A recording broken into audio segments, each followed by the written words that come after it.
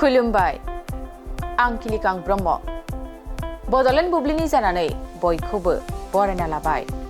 दिनै 7 नभेम्बर 2024 नोंथांमोननो बड'लेण्ड बुब्लिया दिनैनि साना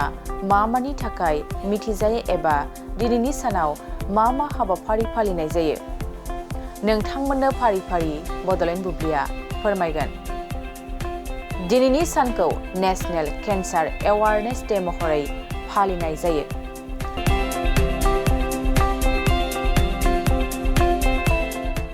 भारताव बोसोरफ्रोमबो 7 नभेम्बराव हादरारि केन्सार सांग्रांथि सान फालिनाय जायो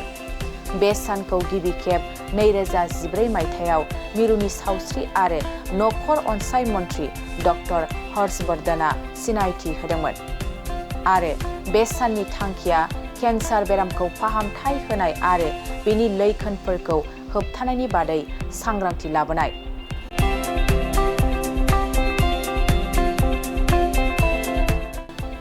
बेनि अनगायैबो दिनैनि सानखौ छठ पुजा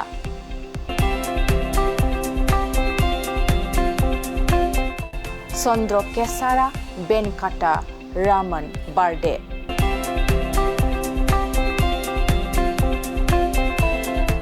आरो इनफेन्ट प्रटेक्शन डे महरै फालिनाय जायो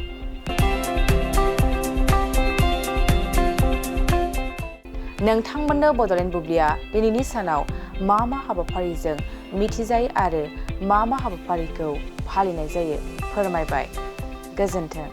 गोजोनथाव खौरां टिभिएस नि गारि लानो गोसो गुदुं जानाय सुबुंफोरनि थाखाय मोनसे गोजोनथाव खौरां चिरां जिल्ला बिजनीनि बागुरुम्बा टिभिएस गारि श'रुमा नोंथांमोननि थाखाय दुर्गा फुजानि धामाका अफार लानानै फैदों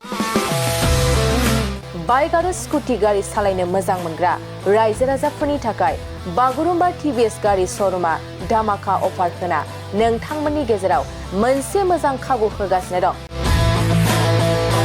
बिजनी स्टेट बेंकनि साखाथिनि सीआरपीएफ केम्पनि उल्था सोनाब फारसे थानाय बागुरुम्बा टिभिएस श'रुमाव डाउन पेमेन्ट होनानै नोंथाङा टिभिएस नि गारि लानो हागोन नोंथांमोना बागुरुम्बा टिभिएस श'रुमाव फैनानै नोंथांनि लुबैनाय बायदि टिभिएस नि गारिखौ लांफैनो हागोन टिभिएस नि गारि सालायनो मोजां मोनग्रा रायजो राजाफोरनि थाखाय बागुरुम्बा टिभिएस श'रुमा बेनि अनगायैबो गोबां मोजां अफार लाबोदों बेफोर अफारफ्रानो जाबाय जेरै गंनै हेलमेट फ्री फुल टिंकी पेट्रल फ्री एसर गिफ्ट आरो टिभिएस कम्पानीनि गासैबो मडेलनि एक्सचेन्जनि खाबुआ एभेलेबल जागोन आरोबाव गुबुन मोनसे मोजां खाबुआ जादों फाइनान्स लागिरिफ्रा डाउन पेमेन्ट होनानै खम बेसेनाव टिभिएस कम्पानीनि गारिखौ लानो हागोन लोगोसे आबुङै मिन्थिनो आरो बुकिं खालामनो थाखाय 7002132259 एबा 8638131734 जानबुं नम्बराव कल खालामना खौरां लानो हागोन